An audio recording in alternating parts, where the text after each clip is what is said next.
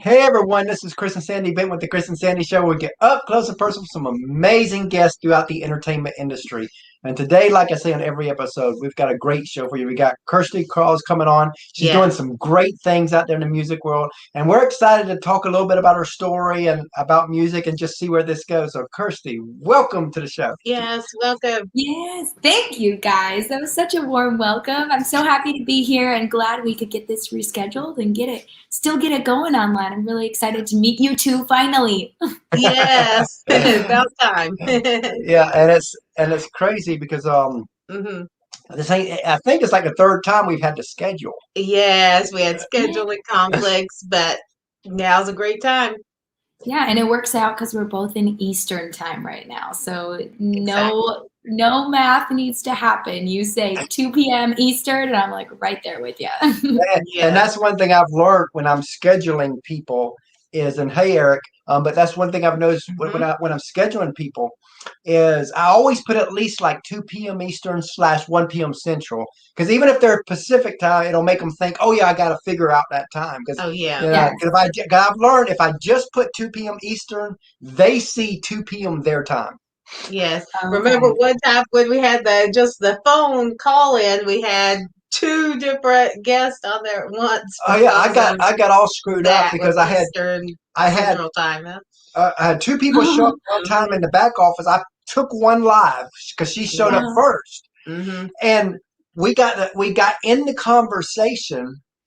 And come to find out, she was not scheduled for a couple of days. Right. She thought it oh, was that day. Well, the person that was scheduled for that time was the other person that I didn't pull in. Yes, We did eventually reschedule the other oh person, but we no. did about a we week were later. live, so I kind of had to go with it. It was one Yeah. of those things Yes. that I was saying to myself, I hope they forgive me because I kind of can't stop middle of the show, and then it was like, Yeah, okay, that we just wasn't. go with it and run with this one, even though I Mhm. had zero notes because with Yeah. this one because Oh, when I wasn't great. ready, but we did it and pulled it We off. did it. Another adventure, yes. Going with it sometimes, like with just so much scheduling going on. I just realized, hey, I just realized that we have a show tomorrow, and I had a podcast tomorrow, and so Hmm. I messaged them, and I was like, I don't know what Oh, wow. happened. Oh, well. How did I misread my calendar? But could we move Mhm. that podcast? And they're cool about it. But I really do try to like keep things locked down because it really does take a sense of organization with all the scheduling stuff. It does. Yeah, and Mhm. especially because we do 5 to 10 interviews a week, and then I got two So different, much. and I'm on another show that I do also specifically Yes. for Nashville. So it's like trying to balance all this, And we have a 9-year-old and and a a 2 year Oh two-year-old. old, wow. and the 9-year-old is Yes. homeschooled, so So it it's gets like crazy trying to around do here. all this together, and it's like Mhm. I know your other host Brandon. He has a young child and all that, and sometimes he can Yes. get frustrated. But we've got two of them. We got a 2-year-old. Once they Mhm. start being a toddler, it makes the show even harder. Because they could get into everything. Absolutely. Absolutely. Because they want to be, especially when they want to be on camera. We have a specific pit bull that is a toddler. She's Ah, 4. And yes. every time we go live, she comes pretty much right back here. Like she like Ah, so wants to she be could on hear you camera talk. now. And then she'll Oh, that's sit right cool. in between us and smile. And I was like, so here's the ham bone, like, Which so we always just bring wait our for nine. that. We always Yeah. bring our 9-year-old on later in the show to ask one or two questions each guest, and he Oh, He loves that. loves that And so our much. 2-year-old, when she gets older, she'll be plugged into the show too. oh hmm yeah. You've already got them started. Sounds Yep. like. I love So it. as we get started here, everybody's going through a rough time. Now, granted, we're in Georgia, you're in Florida, so it's a little less rough than other places, but Yes. COVID is COVID. How has COVID affected what you do, and what are some of the things you've done to maneuver through this crazy new maze we have? Yeah, right when COVID hit was really me gearing up for like touring and touring around releasing singles and doing the whole rollout of the album. So I had festival dates, I had full band shows, and having to watch them all kind of be canceled, and then all the work that even the shows that we picked up in like January and February of early 2020 for the rest of the year, watching just everything kind of be shaken up. And I was like, well, what am I supposed to do? These are the booking months, like this is what I do every day, is just sit on email in February and kind of wrap up the year. So instead we decided to turn to a lot of online things, and we went and I just introduced myself to as many UK brands and Australia brands, and we just switched over immediately. So that was good. Just the music business is always changing, and to just be on, like, just kind of flip and be like, okay, where do we need to be right now? And going live so much. I think our first live was right before it was like March 16th. Oh, wow. With, coming up on the year of that. Yeah. It was our first like live with the MySet app, and that was an app where people can request songs virtually, and we did a collaboration with them. And so it was like the timing of having that be scheduled and then having that all happen was very crazy. So we were kind of some of the first artists to really get on the every Thursday live stream kind of thing. That's like for us, we launched this show January 3rd of 2020. Mm-hmm. And our original plan was 100 interviews first year, and we thought that would be pushing it, to be honest. Wow, that would be a lot. Can we pull that off? And we were like, so we were going for it, and then COVID happens. And I remember telling Sandy, this may be our shining light here, because, the whole industry had to shut down. Well, people who are bigger might be apt to come on our show now because of that. And it's, Right. And we just started reaching out to everybody. And because of that, we did over 300 shows last year. Yes. And we've had people like Randy Travis. Sarah, we just had Neil Sarah Towns. Evans. Yeah. Well, we didn't have Tenille Towns, but we did have Tenille Arts. Yes. Okay, And we're still working on Tenille Towns. But the other Tenille Arts. Yep. Yeah. Tenille and Tenille. Yes. And we had Lee Bryce on, Colin Ray. And then we had but what's funny is back in August was our biggest month of interviews, and we did 44 that one month. And I remember September come along, a lot of people started getting gigs again, so it was getting harder to book. And I told Sandy, I'm used to doing interviews all the time. Yes. How are we going to fill those gaps? And I remember thinking, I wonder if the acting world would take us in the way the music world has. And because of that, we've been able to bring on Ed Asner on the show. He was really cool. Oh, he was.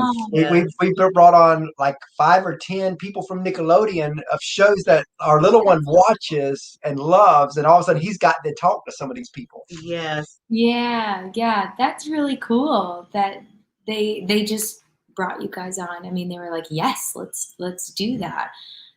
It has been a really crazy year, and even the listening room, because the Bluebird was closed for so long, the listening room became the venue in Nashville, and everybody like Carly Pierce and Maddie and Tay, and then us were playing it and fighting for gigs. So luckily I can say I've played the listening room 3 times this year.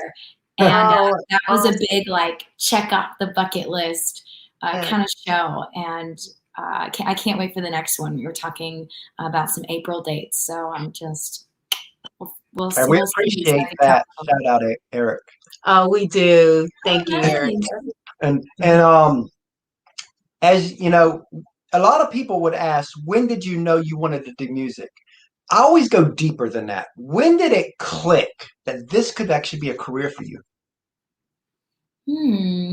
When did it click? I mean, my first official job, instead of just like solos at school, my first job was when I was 8. I worked at a professional dinner theater, and they were paying me, like per show, but I was doing like 5 shows a week for 3 months. Each show ran for 3 months. So I did 5 shows with them up until I was 13 before I moved away. And that was my childhood, like running backstage and going to have a kitty cocktail, in between when I had to be on stage. And that's when I knew. I was like, this is so fun. This is not a job. And the fact that I'm getting paid, and my parents were smart at the time. They like put that money away for me for college in the Wow. future. Oh, wow. Because I didn't need it as an 8-year-old or a 10-year-old, you Right. know. Mhm. So yeah, they put that money away, and I just always at 6 I had like declared that that's what I wanted to do in school. I was like, I'm going to be a singer, and Oh, I wow. just really like every anytime I was doing something with performing, whether it was at a festival or dance or anything. I just felt like being on stage was what I needed to be doing for sure. That is really awesome. So as you know, a lot of people, they see the glory of like a Blake Shelton, of a Miranda, of a Carrie, but they don't see the grind, the sacrifice, the tears, the struggles that it takes, not just to get to their level, but even a career level within the entertainment and especially music world. And I always want to talk about it because nobody really talks about this side of it. But our show, I've always said, you know what, we're going to talk about it because I think it's so important. I'm going to tell a quick story that kind of help guide where I want this to go. But back in 2014, we interviewed Allison Steele from Two Still Girls. And at that time, her and her daughter were full-time with music. And I remember asking Allison what advice she'd given up-and-coming artists. And I'll never forget her answer. She said, this will sound funny coming from someone full-time, but if you can see yourself doing something else, go do that and just keep this as a hobby. She goes, because the moment you want it to be a career, everything has to change. She goes, you no longer own your life. Everybody owns pieces of your life, whether you like it or not. Your friends and relatives never understand because they invite you to weddings, to cookouts, to weekends, to holidays. But when you're in the beginning, especially the beginning era, you're in that grind mode. You're all in. You can't say yes to everything. You have to say no to almost everything unless it's music related or because it's so tough of a career. Then on top of that, she went on to say, your family has to sacrifice. They kind of have to kick you out the door and be willing to share you with the world. As much as they may hate that, they still have to do it. But then she added, but if you cannot see yourself doing anything else, then go all in. Because the only way that those kind of sacrifices could ever be worth it. What do you think of what she said? Let's talk about that side of it. I think she's so right. Like I really do feel like there are certain people out there where music chooses them and it's in their blood, it's in their being, and you have to believe it 100% that if you just do the building blocks, you will succeed, and you got to believe in yourself. And without that, and especially without the family support, because there are often times where I do have to tell my cousins, like, even before you announce your wedding, please tell me the date, because that's how much in advance, I typically know where I'm at for the year. And so a lot of times I, put that on the calendar secretly before they even announce it. But yeah, you do. I've given up a lot, but I think every single human being that I've ever met knows me as a musician and as somebody that is pursuing this and just a passion for it. I think that's a big thing is my biggest so my biggest advice for somebody who wants to do music and do music full time is that every day, like, touch at least 40 people. Like, you need to tell everybody that is what you're doing. Just like as if you opened, I often compare it to a flower shop. If you open a flower shop, nobody's going to know you opened a flower shop until you tell people or pay for Facebook ads, get yourself out there, do promos on the Groupon, like wherever, you think you are, just get it, put your branches out there and ask people for help. This is not just a one-person job. We are competing against people and artists that have 50 people on their team. So really the grind, it needs to be there. You need to be on the emails. You need to be constantly setting up the next features, thinking about your next single.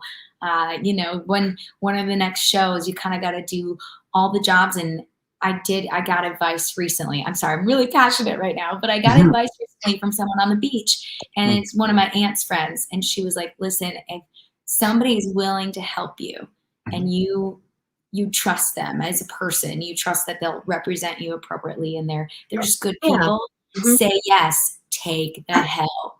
And I was like, okay. So if someone at a gig wants to help hand out business cards, or carry around the tip bucket, just say and that yes. could be their way to actually contribute. Yes.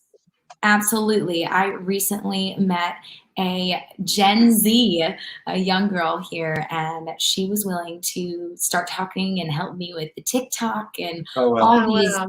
different, levels of editing videos. And I'm just like, waving my white flag. If you know anything, I would love it. Yeah. So she came over yesterday and just like giving me the lowdown, and she was making some videos for me. And obviously she's way faster at that than, I thought I was fast on the phone, but they're on another level. And if she's willing to help, like I'm so appreciative of that, because we're really doing our TikTok thing over here. And we get where you're coming from, because you, as hosts, we got the same dreams y'all do, because we want to be the Bobby Bones, the Ty Bentleys, the Kelly Clarkson show. In fact, that's our ultimate goal, is to be a TV interview show, I love like it. a Kelly Clark.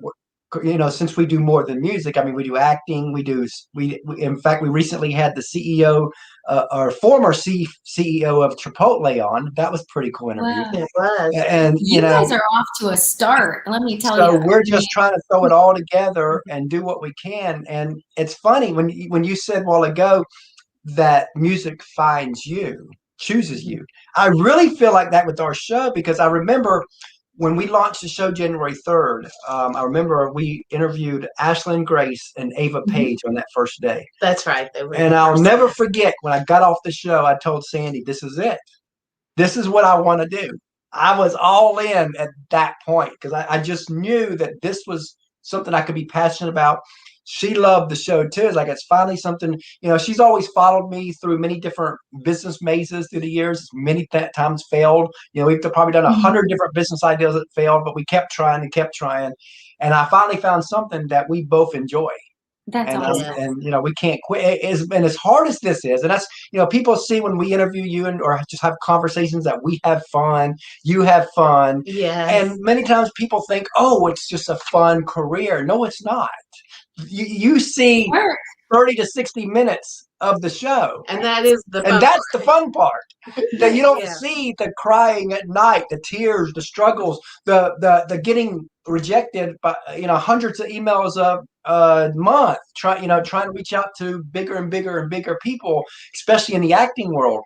And they're like, not now, not this, or, oh yeah, we'll do it. Oh no, we won't. And then it's like, and we still have our side job at night too, to keep everything going. So then to keep everything afloat, we don't have a career like, some people in radio, it's their career and all that. So they don't have to worry about money. We don't have a career. Without this, we just fall apart, so we're all in. And it's one of them crazy things that, we do what we can in the evenings. We deliver food so we can stay afloat. And we do that because that's flexible. So that way we can build the show. But we get exactly where an artist is coming from, because we're chasing that same crazy dream that y'all are. Awesome. I mean, those are two very amazing, like both friends of mine, artists to start off with, to interview. So it just seems like with only doing this a year, which I did not know, you guys are just knocking it out of the park. So I only see bigger and good things for you, and I totally get it. I would love, like, Natalie Stovall's job right now to help Bobby Bones. Like, hello, she's busy. She's busy with Runaway June. Like, oh, you right? All girls open over here. Yeah, I like that kind of stuff too. So that's totally fun. And you guys moving to Nashville, that will only exponentially, when you do. Because it sounds like that's in the future at some point. Oh, it's definitely. It will just go from there. And the crazy thing is, you never know where life is going to take you, because, we started the show off as a country music interview show, which then became a music interview show, which then became an entertainment interview show. So because all of our contacts that we had were in Nashville. So we had a lot of contacts already there anyway. So that's where we started. And it's evolved through this year. And all of a sudden now we've got great contacts, of course, in Nashville, but we also got great contacts in LA and New York. I never would imagine that. That's the cool part about things like this. Like the fact that people in even Australia listen to my music, that's like crazy. Ain't that cool? That is awesome. No, I've now had like 3 interviews and features over in Australia, and I just wow. keep sending them over to Yeah. one of my, like, you know, my fans over there, and I'm like, listen, look at another feature. And I'm like, how does this happen? This is so cool. So tell us a few moments when you look back on your career so far, since we talked about the grind side. I think we hit that hard, and I always want to hit that hard. Let's talk about a few moments where you're like, wow, I got to do that. I mean, the first thing that popped in my head when you said that was being able, the first time I recorded in Nashville was when I was 15. And then actually again at 16, 16 and again at 17, I got selected in a group to be able to do a free, like, full production down at J Studio on Music Row. And I thought that was so cool to be able to be in the studio and see these players hear a song and then go put a song that I wrote and go and put it together. And that was just so much fun. I think it's so cool every time you get to write a song and then bring it to life. I mean, and be able to perform it on stage. I've opened for some pretty cool people in the business, including Thomas Rhett and Brothers Osborne. I remember when I met Jamie O'Neill, and I was just like, oh, you are my idol. Little Big Town. Like a lot, like Shenandoah, they were super friendly, super nice. So yeah, I feel like I've been able to see a lot of places through music, and to me, that's the ultimate goal, is just to be able to keep traveling and having those experiences, all because of music, and have music take me to different places. So even being like, going out to Branson, Missouri, and being a guest on the Spotlight Kids Theater for a week when I was like 10 years old. I mean, at the time they like had fit me, you know, they gave me outfits that fit me, and I that was my job for the week, was to do the shows and sign autographs afterwards. And I just really appreciated all the different experiences that I've had through music. That is awesome. Now, as you know, a lot of people, they see you, the artist, but they don't see the teams behind the artist. And in my opinion, they don't get the love they deserve. No. So I always want to make sure on our show, they always get the love they deserve. So if you want to take a few moments just to tell us about the team that helps you be who you are. Yes. Okay. So this one right here, she is my CFO. That is my mom, Laurie Kraus. And she is, she's a finance person. So she really just puts everything, like keeps everything organized, does my taxes. I send her a breakdown. I send her what we made, all that good stuff. So she helps me with all that. And then also is helping me just put things in spreadsheets. So as I see festivals, as I see opportunities, I'm like, get that in there. So when I go through it, I can be like, bam, bam, bam, and whip out emails. Then I have Jesse Lopez, who's also a country rock artist, and he is the CTO. So he's the technical officer. You know, you saw me consulting with him right before we went, live. I was like, why isn't this working? Help me. He also plays guitar, and I have the equipment, and he's an audio engineer out of the LA Film School. So he dials everything in at live shows as well. And looks into research and development. Then we have our booking agent. I just brought on a booking agent in October, who also is our manager, and Rob Struck. He's from the Talent Buyers Network originally, and now went off and has his own business. We're actually going to go see him middle of March in person again. He was just down here with us in Florida. And we just have people that we hire for PR, like Lindsay helped me out with the Thirsty. We love Lindsay. Oh, yes, she's great. Lit Nashville. She's wonderful. When we met for brunch, we just like hit it off. And so I was like, can you help me? She's accomplished a lot in her time too. So much. And she deserves it because she's that kind of people, like good people, Otherwise, I have a videographer, and looking for my next social media content person to help me with all that stuff, just because it's always a never ending job. But so we're small, but we're mighty. Yeah. Yeah, I don't. The way I always feel is I don't care if you got a team of one or a team of 300, like Justin Bieber says he has. A team is a team. That's what Yes. matters. Oh, Brandon chimed in. And speaking of Yes. teams, we have a third co-host that comes on our show. Our We little 9-year-old. do. So Sandy, go Yes, get him his real quick. name's Christopher. I will go get him. He's going to Oh, ask a couple questions, and then yes. our 2-year-old, when she gets older, we'll be plugging her into the show too.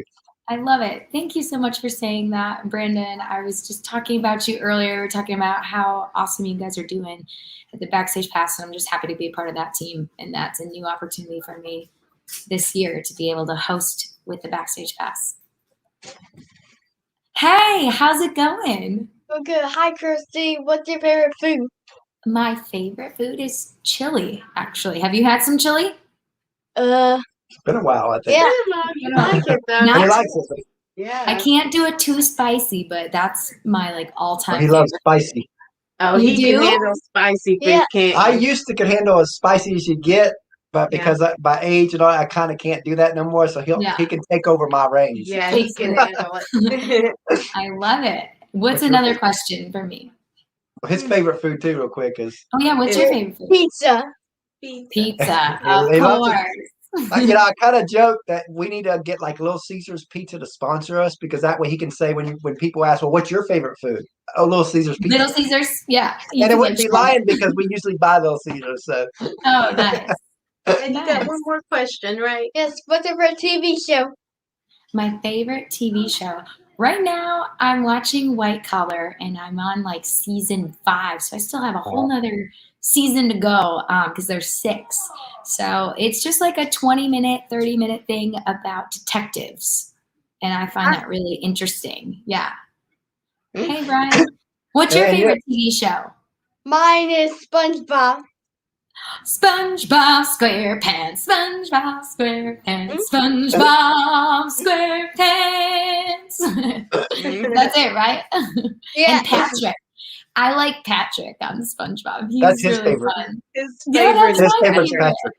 Yes. And what's been He's cool fun. about our show, because we bring actors on too, and he's big into all the Nickelodeon shows. We've been able to bring on a lot of people from Nickelodeon onto our show, and so he's been So so he's been cool. able to talk to people that he loves to see on TV. Which is insane. Which is insane. I have this favorite comedian, and I messaged him on Instagram, and he like replied back to me, and I was so excited. His name is Charlie Barron, and he's originally from my home state.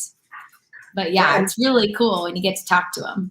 And you know what's been funny is Sandy and I were just talking about little Chris the other day. We're like, most kids, they would love to be able to talk to their favorite people on TV or they hear on the radio, and that's just normal to him. Yeah, you're making it a reality. Like he's like, can I talk to them? Bring them on the show. exactly. Bye. Thanks. Bye. Nice to meet you. Nice to meet you too. Yeah, he loves that part. He does. So if you could co-write with any artist, dead or alive, who would it be, and what would you want to write about? Oh, what? Well, Emily Weisman is my right now on the list of somebody I want to write with, and I keep putting it out there. She writes a lot about just female empowerment kind of stuff, like overcoming insecurities. That's kind of her main subject line, and I feel like my main subject line is it's kind of inspirational, like do what you want with your life, and then it's also a fear of commitment. So we'll probably come together in the fear of commitment bubble and write about that. Hey, thanks, Brian. Let's flip the script a little bit here. I know that you're one of the co-hosts with Brandon. How did that happen? So I met Brandon pretty early on when he had started the Backstage Pass, and I don't know how many artists it was till probably 20 before I came on. But he said he always remembered how easy it was to be able to talk to each other when we were interviewing, and and just the energy and stuff. And he always has this question where I don't know if he doesn't do it in every interview now, but he'll have a question where if you weren't full-time with music, what would be your other career? And I told him, I was like, I always knew I wanted to sing. And then I always knew I wanted to just talk to people for a living. That's why I went and got a business degree. And I was like, I got this, I'm going to go talk to people. And so I said that to him. And I was like, so even if it was like hosting stuff or, when I was little, I used to have this little, I told him I used to have this little thing where I'd push play and have a microphone that recorded on a cassette tape. And I would be like, hello, folks. And then I would interview my aunt. And I think the next time we interviewed, when he asked me that question again, and when I said something, he was like, I was already thinking about something before we got on this interview. He's like, text me afterwards. And then we got on the phone and he was like, what do you think about this?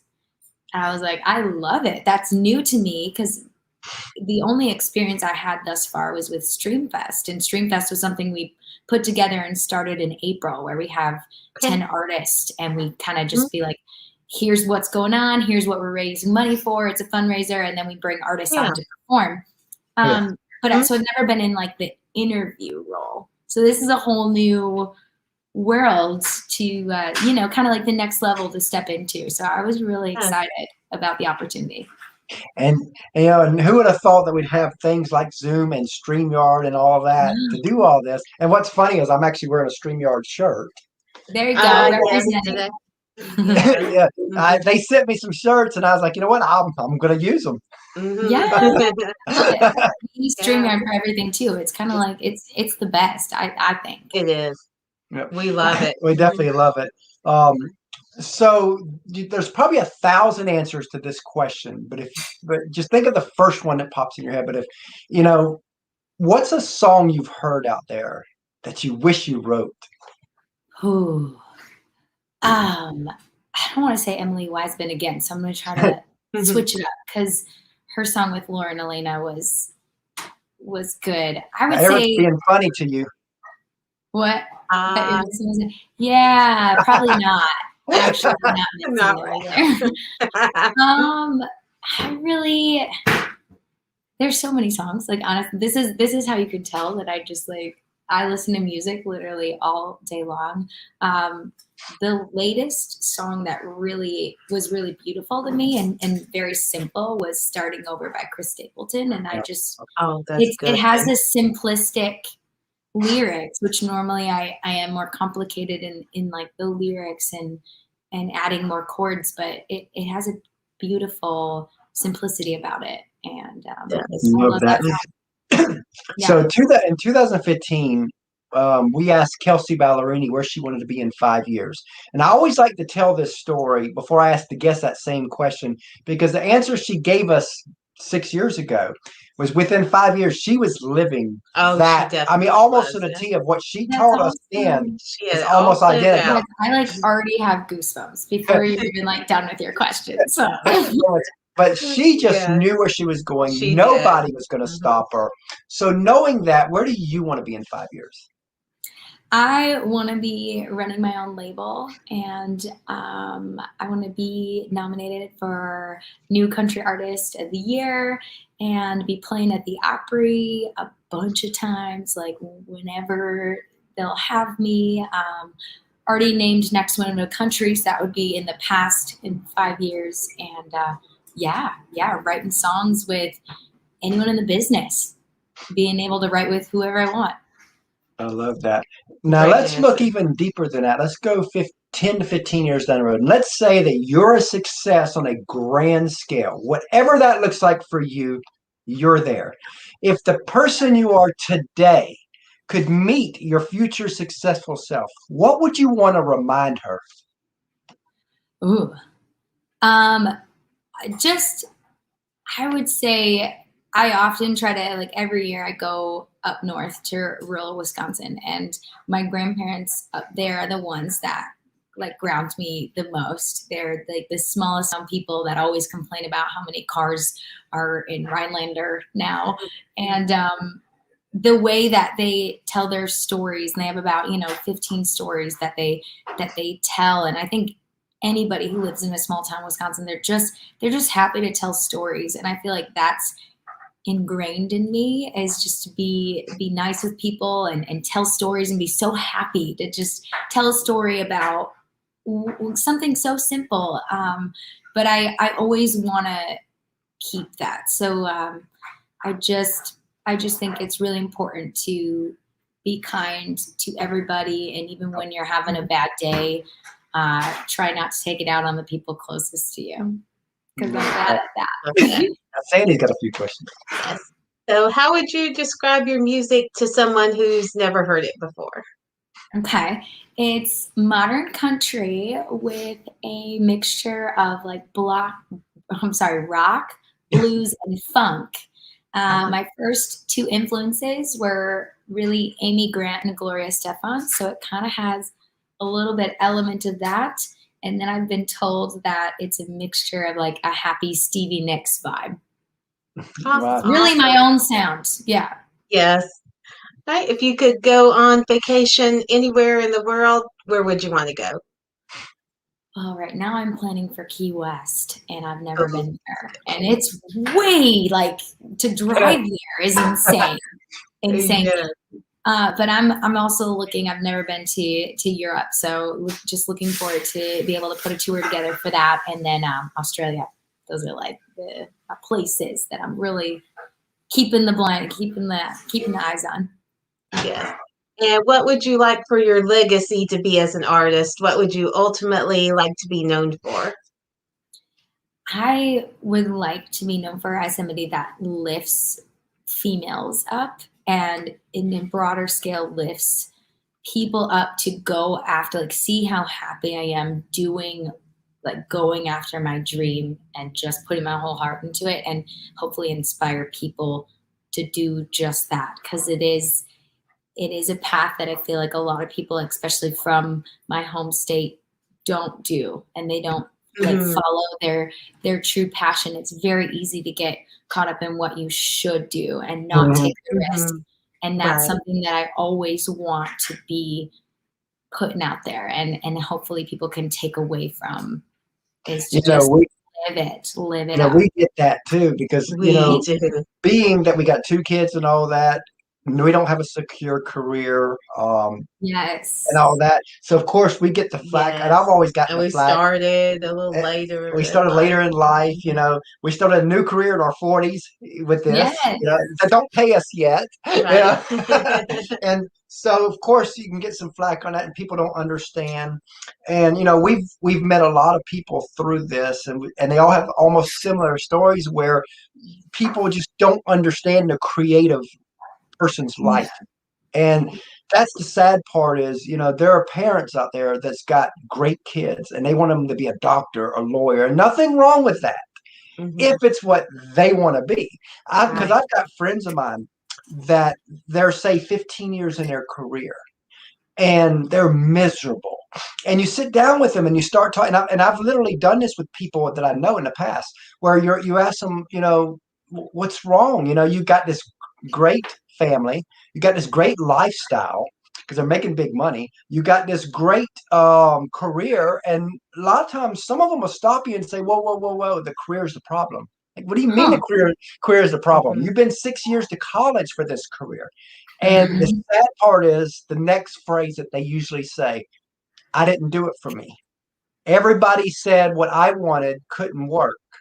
That security or whatever, security and for money that you need to secure, and you go this way. And now they're drinking their life away. They're miserable, and they just and a lot of times, sometimes as parents, as teachers, as guidance counselors, as friends, and all of that has an influence on people. And I just want to bring people on here that's doing something that, like you said, very few people are doing, so that other people can say, you know what, I can too. Yeah, and really, you believe in. A lot of times, you don't know what all the steps are or anything. But if you can picture it, and you're like, now I just got to start living my life like I already have it. All the building blocks and the opportunities and the path will just kind of come in front of you, and as you go, it will come. And a lot of people are like, that doesn't happen. It does happen. Like it happens to so many. But you can't quit. People. You can't quit. You can't That, quit. that's the biggest thing. And I remember seeing a meme not long ago where you had these two people digging, and one is like right at the edge of the breaking through the thing, and he gives up, and the other one's still digging. That's just, and like with what you do, I think a perfect analogy is that, like you said earlier, you're competing with a lot of people who want the same dream as you, but in reality, because so many people quit, you just got to outlast them. Like I remember this little bear story of, um, t- uh, two guys are in the woods and a bear comes up, and the one guy jumps down on the ground and starts tying his shoes tight. And the other guy's like, you can't, why are you tying your shoe? Why are you putting your shoes on? You can't outrun that bear. He's like, I don't have to outrun the bear. I just got to outrun you. Yes. Yes. That's exactly right. And I feel like, I guess a lot of people are afraid to ask. That's one of the things, my manager was really putting it out there is like, don't be afraid to ask what you want. And if you don't think you're there to have that, just ask them and then be like, okay, what do I need to do that? It's just, I think people are afraid to put themselves out there and even just ask how someone got to where they are, or, just keep telling everybody. I think that's a big thing. It's just keep getting. If you don't ask, the answer is always no. Right. That's right. I've been in sales all my life, and it's like, no matter what, just like with the people that we've brought on this show, all people can say is no. So I've reached out I've even reached out to the highest levels like Brad Pitt and people like him. Oh yeah. And awesome. All they could do is say no or not answer. And you know what's funny? I can't say who, but I've got a couple people that their team has told me in a few months they might put them on our show, and they've got and there's some of the biggest influencers out there. So we're excited. So hopefully the team will remember us when I email them back in a couple months. Say, hey, remember me? Just keep the same email chain. Power of the email chain. I never delete emails. I go back and forth with the same emails. But again, it's one of them things that, like with you and us, we're in that same thing. You just got to keep going and keep going. Most people give up and quit, and it's rough. It's tough. But you know what? If it was easy, everybody would be doing it and everybody would be a success. And if everybody was a success, then everybody would be a broke success. Yes. Absolutely. And really with sales, like I have a background in sales, it's just the amount of, you reach, like say you reached out 1,000 people, then 10% comes back. But that 10%, by the time in order to get it booked or in order to get it, you have to touch them at least 5 to 7 times. It needs to be, not 1 or 2 times you ask and then you don't hear anything. Like you need to follow it through and see it through. And I think a lot of people don't realize the value in that is staying on top of things and being persistent, and obviously not being annoying where you're asking every day, but there's ways to ask and be persistent, and so you'll get Brad Paisley eventually.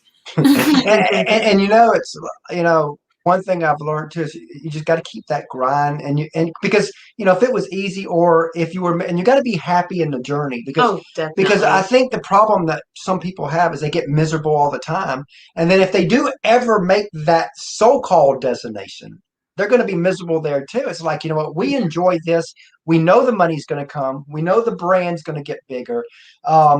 But we enjoy this. We want to do this. I wake up in the morning and I always tell Sandy, I wonder how we can take our show to the next level. Every day we're thinking of ways that we can do something more. And I think that that's what you got to do. And you know what? I don't want, I remember watching the movie Soul Surfer. And I remember after the shark attack that she made a comment. Somebody was talking about an issue, and she said, I'm not looking for easy. I'm looking for possible. And that's what we're doing. We're not looking for easy. We know this ain't easy. I mean, there's thousands of people trying to do shows. We're just looking for possible. Yes. And I remember reading, it was either an article or book, but it was saying that this guy wanted this beautiful house. And he's like, I don't have the money to have, a house in Puerto Rico right now, but what can I do now? And he's like, well, I have enough money to go make the blueprints. So I'm going to make the blueprints of my dream home because I can pay for that and I can get that done. And it's just like, what can you do now? Like, what is in your power to get closer? And that's just all you can do. Yeah. Love that. So as we come to a close here, I always like to end with an advice thing, and think of this as non-COVID. Just pretend COVID don't exist. But let's say you had a friend of yours, you heard him or her sing, and they've got something special. Let's say that, like Simon Cowell says, that it factor. They've played maybe 40 or 50 shows, so they're still getting their feet wet on the performance side. But man, they've gotten on stage. They got what every artist says, that stage bug, where they look over the crowd's roaring for them. And they know they're in the right place, and they come to you and they say, I know I'm called to do this. I know I'm supposed to do this with the rest of my life. What advice would you give that specific person to kind of help guide them the next couple of years?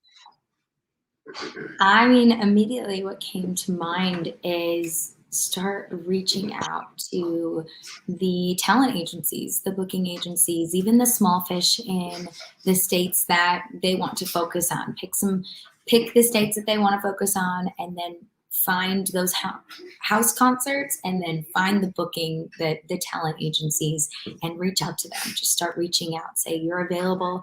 You can bring a PA or whatever you have, and this is what your act can be, and help put me on stage. And just ask and start those conversations, and really just start knocking down the doors to get on stage in different places. I think a lot of artists stay in the same place, but it's really important to kind of pick a variety of states, maybe 5 states, and then start in that little city and just keep expanding, just like Luke Bryan did in Florida. And we're in Florida. This is our 3rd time in Florida, and we had 21 dates down here, but it didn't start off that way the first time we came in May. So it's just fun. So much fun to be able to focus on stage, meet people, and let the word of mouth and let those people come out to shows, now singing your songs to you, requesting your originals, like all that good things. I would say start there. So, we definitely loved having you on. So tell everybody how they can reach out to you. I really am pretty active. So I love the Facebook Messenger. I'm on Twitter. I'm on Instagram, all of those platforms under Kirstie Kraus, which is a little bit tricky. The Kraus, same last name is there. Yes. But yeah, under Kirstie Kraus, I was named Kirstie actually by Kirstie Alley. Or you can think of it like, when I heard your name in the past, that was first person I thought of was Kirstie Alley. So that's funny. That's what I was named after. But really, yeah. Otherwise, just go to KirstieKraus.com and sign up for the mailing list, and you'll get all of the goods every time I release a single or a music video. Love that. We really enjoyed having you on the show today, and we look forward to having you back down the road. Yes. This was so fun. I love your guys' positivity. I love that we can match that, and it seems like a lot of people, just really enjoyed us being able to talk about staying focused and staying on your path, and that was really fun to be able to do that. That's kind of what we want to do is, I don't want, as you see, we didn't really talk about music much. I don't want a music show. I want an in-depth person show, conversation. Yes, stories, conversation. And I believe we accomplished that today. Absolutely. You guys are awesome. I love that I was able to come on and talk with you today. Thank you for having me. Thank you so much for your time.